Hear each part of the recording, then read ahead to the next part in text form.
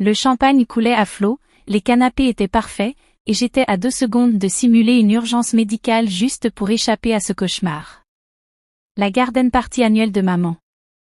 L'endroit où tous les proches se réunissaient pour exhiber leur réussite, comparer leurs enfants et, de manière générale, faire en sorte que tout le monde se sente inférieur.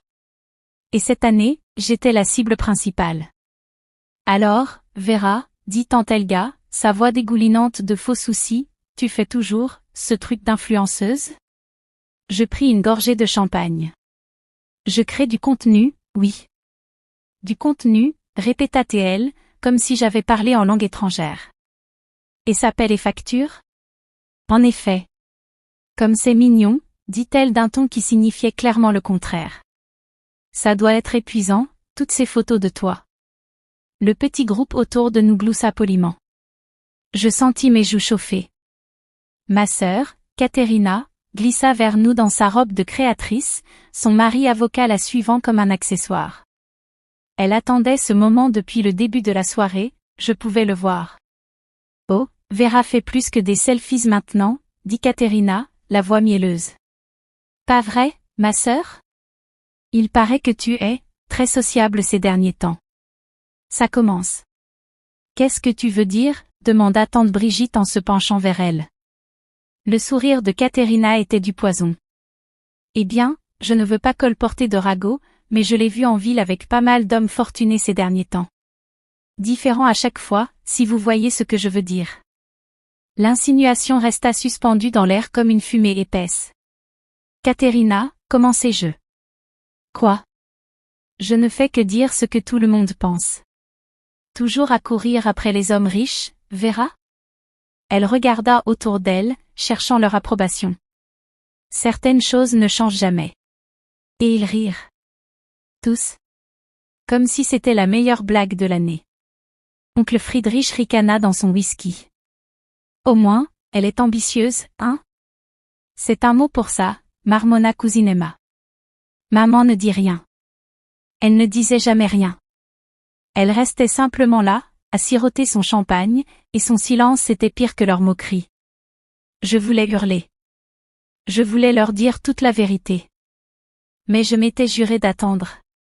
Encore un peu. L'annonce devait tomber aujourd'hui, et je voulais qu'ils la voient, qu'ils l'entendent d'une autre bouche que la mienne, parce qu'ils ne me croiraient jamais. Ces hommes sont des partenaires d'affaires, dis-je doucement, essayant de garder mon calme. Bien sûr que oui, rit Caterina. Des affaires. Bien sûr. Quelles affaires pourrais-tu bien avoir avec des gens comme Marcus Volkov ou Stéphane Richter? Demanda tante Elga. Ce sont de vrais hommes d'affaires, ma chérie. Pas vraiment de ton niveau. Mon niveau. Comme si j'étais quelque chose qu'on venait de racler sous leurs chaussures. Vous ne comprendriez pas, dis-je en terminant mon champagne. Oh, on comprend très bien, dit Caterina en me touchant le bras d'un geste faussement compatissant. Écoute, il n'y a aucune honte à vouloir une vie meilleure. Certaines femmes épousent des hommes riches. D'autres travaillent dur. Et d'autres, eh bien, elles trouvent d'autres moyens. On ne te juge pas. Il me jugeait complètement. Je ne cherche pas un homme pour me sauver, dis-je, la voix plus dure. Bien sûr que non, répondit Caterina, avec le même ton condescendant. Tu es une femme indépendante. On comprend. Mais enfin, Vera, il faut l'admettre, tous ces rendez-vous avec des hommes riches, ces restaurants chics, les photos de voyage sur Instagram, ça ne crie pas vraiment succès autodidacte. Encore des rires. Toujours plus de rires. Je regardais maman, la suppliant silencieusement de dire quelque chose, n'importe quoi. Mais elle détourna le regard, honteuse de moi comme toujours. Papa, lui, avait été différent. Avant sa mort il y a 3 ans, il avait été mon plus grand soutien. Il croyait en mes idées, mes ambitions, mes rêves. Il m'avait encouragé à viser haut, à prendre des risques. Mais sans lui, j'étais seule dans cette famille de sceptiques et de critiques. J'ai besoin d'air, murmurai-je, me détournant de leur visage satisfait. Ne fais pas la tête, Vera, lança Caterina derrière moi. On plaisante. Je marchai vers les portes du patio, clignant des yeux pour retenir des larmes de colère. Je ne pleurerai pas. Pas ici. Pas devant eux. C'est alors que je l'entendis. La télévision du salon, qui diffusait jusque-là une musique d'ambiance douce, passa soudain à une alerte de dernière minute. Le volume était assez fort pour atteindre le jardin. Nous interrompons ce programme pour une nouvelle de dernière minute dans le monde des affaires, annonça le présentateur. Je me figeai. Dans une révélation stupéfiante qui a secoué la communauté des investisseurs, Europa Investment Group a annoncé l'identité de son actionnaire majoritaire et partenaire silencieux. Le nom derrière le portefeuille d'investissement de 50 millions d'euros ? Vera Molnar, 28 ans. Le jardin devint silencieux comme une tombe. Je me retournai lentement. À travers les portes du patio, je pouvais voir l'écran de télévision. Et j'y étais. Ma photo professionnelle remplissait tout l'écran, moi, dans un tailleur impeccable, n'ayant absolument rien à voir avec la « chercheuse de riches » dont il se moquait 30 secondes plus tôt. Molnar, qui opère sous différents organismes et véhicules d'investissement depuis 4 ans, est derrière certaines des startups technologiques les plus prospères d'Europe, poursuivit le journaliste. Son portefeuille comprend des participations dans les services de livraison Freshmart, les espaces de coworking TechHub et l'application à succès Luna Finance. Le verre de champagne de maman glissa de sa main et se brisa sur le sol du patio. Personne ne bougea. Personne ne respira. La caméra passa à des images de moi lors d'une conférence de presse que j'avais donnée ce matin-là, celle pour laquelle j'avais dit à ma famille que je ne pouvais pas arriver plus tôt à la fête à cause un truc de travail. Lorsqu'on lui a demandé pourquoi elle avait gardé son identité secrète si longtemps, voici ce que Molnar a répondu. L'écran montra une image de moi, confiante et posée, parlant à une salle remplie de journalistes. Je voulais que mon travail parle de lui-même. Dans le monde de l'investissement, les jeunes femmes sont souvent ignorées ou sous-estimées. Je voulais prouver que l'âge et le genre ne déterminent pas les capacités. Au moment où les gens sauraient qui je suis, ils auraient déjà vu les résultats. Le journaliste revint à l'écran. Et des résultats, elle en a offert. Les investissements de Molnar ont généré des rendements dépassant les 3 cents % dans certains cas. Sa fortune personnelle est estimée à 47 millions d'euros, faisant d'elle l'une des plus jeunes millionnaires autodidactes du pays. L'écran se divisa, montrant plusieurs manchettes de journaux. L'investisseur mystère révélé. La femme derrière le succès d'Europa. Une prodige de la tech sort du silence. C'est « homme riche » avec qui elle a été aperçue, continua le journaliste avec un léger sourire. Ce n'étaient pas des rendez-vous. C'étaient des réunions d'affaires. Markus Volkov, PDG de TechHub, et Stéphane Richter, fondateur de Luna Finance, créditent tous deux Molnar comme un investisseur et conseiller clé. En fait, voici ce que Richter avait à dire. L'écran coupa sur Stéphane, le séduisant milliardaire Stéphane, que Katerina pensait que j'essayais de séduire, debout derrière un pupitre. Vera Molnar est l'investisseuse la plus intelligente avec qui j'ai travaillé. Quand tout le monde doutait de Luna Finance, elle a vu le potentiel. Ses conseils et son capital ont été déterminants dans notre réussite. Ce n'est pas seulement une investisseuse, c'est une visionnaire. La caméra montra Markus Volkov hochant la tête en signe d'accord. Retour au journaliste. Molnar, qui a commencé avec un modeste héritage de son défunt père, a transformé 200 000 € en un empire de plusieurs millions grâce à des investissements stratégiques, un sens aigu des marchés émergents et ce que ses collègues appellent une capacité exceptionnelle à repérer le potentiel. Elle travaille depuis un bureau privé en centre-ville et emploie une équipe de 6 analystes. Le reportage montra des images de mon bureau, celui où je me rendais chaque jour, celui que ma famille pensait être juste, un espace de coworking où je prenais de jolies photos. Interrogée sur ses projets futurs, Molnar a déclaré qu'elle souhaitait se concentrer sur le soutien aux startups fondées par des femmes et créer des opportunités pour les jeunes entrepreneurs. La caméra revint à moi lors de la conférence de presse. J'ai eu des avantages que beaucoup de gens n'ont pas, la confiance de mon père, un capital de départ, une bonne éducation. Je veux utiliser ma position pour aider ceux qui ont la volonté et les idées, mais pas les ressources ou les connexions. Surtout les femmes, qui restent largement sous-financées dans le monde du capital risque. La séquence d'information se termina et l'écran revint à l'animateur. Une histoire remarquable d'une jeune femme qui a laissé son travail parler plus fort que son identité. Vera Molnar, un nom dont on entendra certainement encore parler dans le monde des affaires. La télévision revint au programme normal. Je retournai lentement dans le jardin. Chaque personne me fixait comme si j'avais soudain poussé une deuxième tête. Maman était devenue livide. Katerina avait la bouche grande ouverte.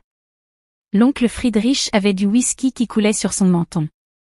Tante Helga avait l'air de résoudre une équation de niveau universitaire dans sa tête. Alors, dis-je calmement, à propos de ses partenaires d'affaires. Le silence était assourdissant. Vera, murmura enfin maman. Est-ce que c'est vrai? Chaque mot. Tu es millionnaire, suffoqua Katerina. Apparemment. Je pris une nouvelle coupe de champagne sur le plateau d'un serveur qui passait. Même si techniquement, l'estimation est un peu basse. Ils n'ont pas inclus ma récente acquisition du projet immobilier Riverside. Mais qui compte vraiment? Le projet Riverside, s'étrangla l'oncle Friedrich. C'est un projet à 15 millions d'euros. Plutôt 18 millions après les rénovations, mais oui. Tante Helga s'effondra dans une chaise. Mais tu es juste. Une influenceuse qui prend des selfies, finis-je pour elle. Oui, à propos de ça. Le compte Instagram? C'est du marketing. Les photos de vacances? C'était des repérages pour des opportunités d'investissement. Les selfies? Des événements de réseautage. Il se trouve que les réseaux sociaux sont très utiles pour créer des relations professionnelles. Pourquoi ne nous as-tu rien dit? Demanda maman, et j'entendis quelque chose dans sa voix, de la peine, peut-être, de la honte. Quand? Demandai-je, incapable de retenir l'amertume dans ma voix. Quand est-ce que j'aurais pu vous le dire? Pendant une des leçons de morale de Katerina sur le fait que je devrais trouver un vrai travail? Ou peut-être pendant le dîner de Noël, quand oncle Friedrich a suggéré que je devrais épouser un homme riche au lieu de travailler? Ou encore aux funérailles de papa, quand tante Helga m'a dit que je devais trouver un gentilhomme pour s'occuper de moi maintenant qu'il n'était plus là? Ce n'est pas juste, dit Katerina faiblement. Ah non? Vous avez passé des années à vous moquer de mes choix. Vous avez supposé que j'étais superficielle, paresseuse, désespérée. Pas une seule fois, pas une seule, vous ne m'avez demandé ce que je faisais réellement. Vous avez juste supposé le pire, et vous en avez ri. Nous ne savions pas, commença maman. Vous n'avez pas demandé. Ma voix se brisa. J'ai essayé de te le dire, maman. Tu te souviens, il y a 2 ans, au dîner? J'ai essayé de parler de mes investissements, et tu as changé de sujet pour me demander quand j'allais enfin me poser. J'ai essayé d'expliquer ma stratégie d'entreprise, et papa a été le seul à m'écouter. Le seul qui croyait en moi. Les larmes coulaient maintenant sur son visage. Ton père, il savait? C'était mon premier investisseur. L'héritage qu'il m'a laissé? Je l'ai doublé la première année. Puis triplé. Il m'a fait promettre de ne rien dire tant que je n'aurais pas fait mes preuves, tant que je n'aurais pas construit quelque chose d'indéniable. Il savait que vous vous inquiéteriez, que vous essaieriez de me dissuader de prendre des risques. Il voulait que j'aie la liberté d'échouer ou de réussir à mes propres conditions. Il n'a jamais rien dit, murmura maman. Parce que je le lui ai demandé. Et parce qu'il me faisait confiance. Je regardais chacun d'eux. Ce qui est plus que ce que je peux dire pour vous tous. Katerina avait aussi les larmes aux yeux, mais elles étaient différentes de celles de maman. Des larmes d'embarras. De honte. Vera, je suis tellement désolée. Je pensais. Dieu, j'ai été tellement horrible avec toi. Oui, répondis-je simplement. Tu l'as été. Toutes ces choses que j'ai dites sur le fait que tu courais après les hommes riches. Tu ne faisais pas que le dire. Tu le croyais. Vous le croyez tous. Je les regardais un par un. Et ça en dit plus sur vous que sur moi. Mon téléphone vibra. Un message de mon assistante, Forbes veut avancer l'interview. Demain 10h. Et 3 nouvelles opportunités d'investissement à examiner. Je répondis brièvement, puis levai les yeux vers ma famille. Je dois y aller. Le travail m'attend. S'il te plaît, ne pars pas, dit maman en attrapant ma main. On doit parler de tout ça. De tout. Vraiment? Parce qu'il y a 5 minutes, vous étiez tous très contents de laisser Katerina se moquer de moi en me traitant de chercheuse de millionnaires. Personne ne m'a défendu. Personne n'a pensé qu'il pouvait y avoir une autre version de l'histoire. Nous sommes désolés, dit tante Helga, et elle avait réellement l'air de l'être. Nous avions tort. Sur toute la ligne. Oui, vous l'étiez. Je terminais mon champagne. Le plus ironique, c'est que je n'avais même pas prévu de vous le dire aujourd'hui. J'allais attendre encore quelques mois, peut-être un an. Laisser les nouvelles circuler naturellement. Mais Katerina m'a poussé, et l'univers a eu un timing parfait. L'univers, murmura cousine Emma, ou bien tu l'as planifié. Je la regardais.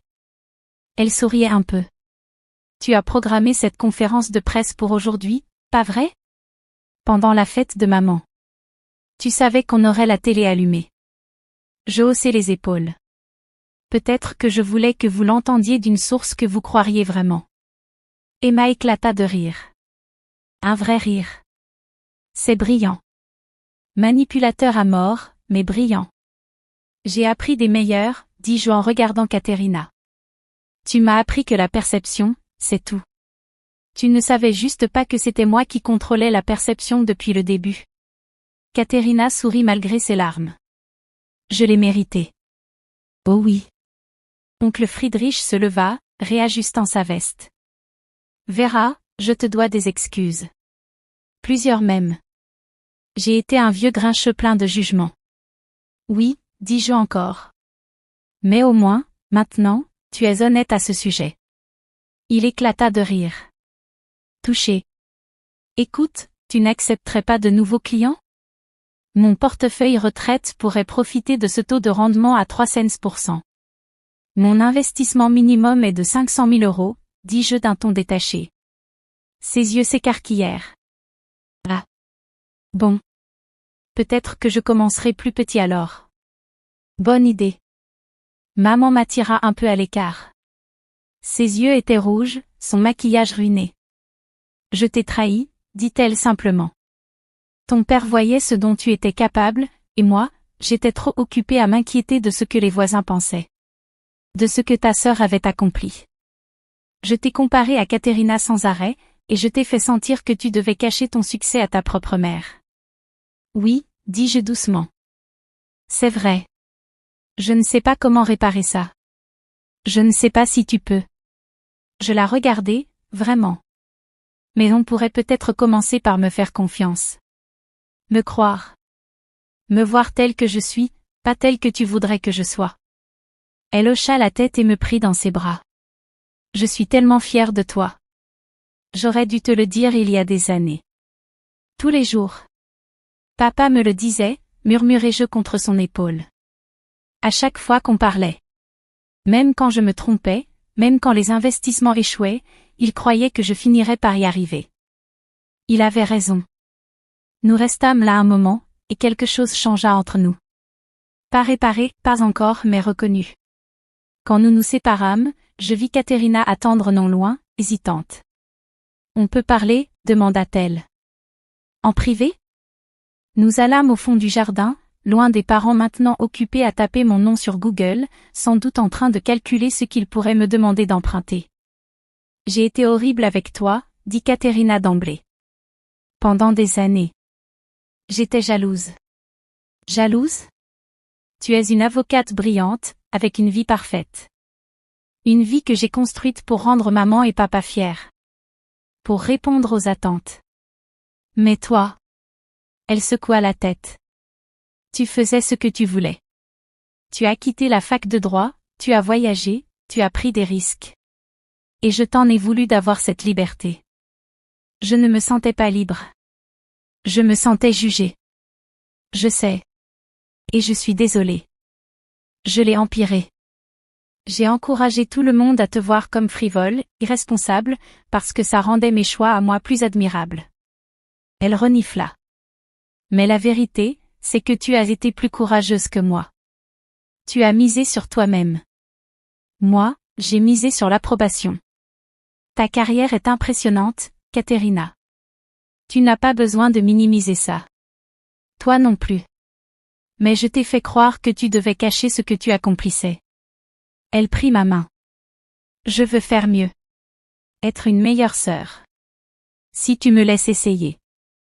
Je la regardai longuement, à la recherche d'un mensonge, d'une manipulation. Mais je ne vis qu'un vrai repentir. Ça va prendre du temps, dis-je enfin. On n'efface pas des années de moquerie avec une simple excuse. Je sais.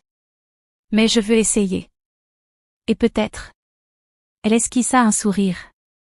Peut-être que tu pourrais m'apprendre 2-3 trucs sur l'investissement? Mon fonds de retraite est désespérément classique.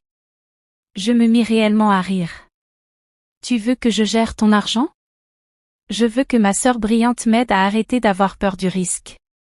Tu sais clairement ce que tu fais. L'investissement minimum est 500 000 €, j'ai entendu. Heureusement, être une avocate d'entreprise ennuyeuse, ça paie bien. Elle serra ma main. Je suis sérieuse, Vera. Je veux te connaître. La vraie toi, pas la version que je m'étais inventée dans ma tête. D'accord, dis-je lentement. On peut essayer. La fête continuait, mais tout avait changé. Les gens me posaient de vraies questions sur mon travail, des questions sincères, pas des jugements déguisés. Oncle Friedrich voulait entendre parler de ma philosophie d'investissement. Tante Brigitte me demanda si j'accepterais de parler à son groupe de femmes entrepreneurs. Cousine Emma avoua qu'elle avait une idée de start-up et voulait des conseils. Et maman ne cessait de toucher mon bras, comme pour s'assurer que j'étais bien réelle. Comme si elle avait peur que je disparaisse si elle détournait les yeux. À la fin de la soirée, je me tenais sur la terrasse, regardant le jardin rempli de parents qui m'avaient sous-estimé pendant des années. Mon téléphone vibra, un nouveau message, cette fois de Stéphane Richter. J'ai vu les reportages. Tu avais l'air incroyable. On maintient la réunion du conseil jeudi? On a besoin de ton avis pour l'expansion. Je souris en répondant. Pour rien au monde je manquerais ça. C'est le Stéphane Richter, non? Demanda Katerina, soudain à mes côtés, regardant mon téléphone. Le milliardaire? L'entrepreneur, oui. Et tu sièges à son conseil d'administration?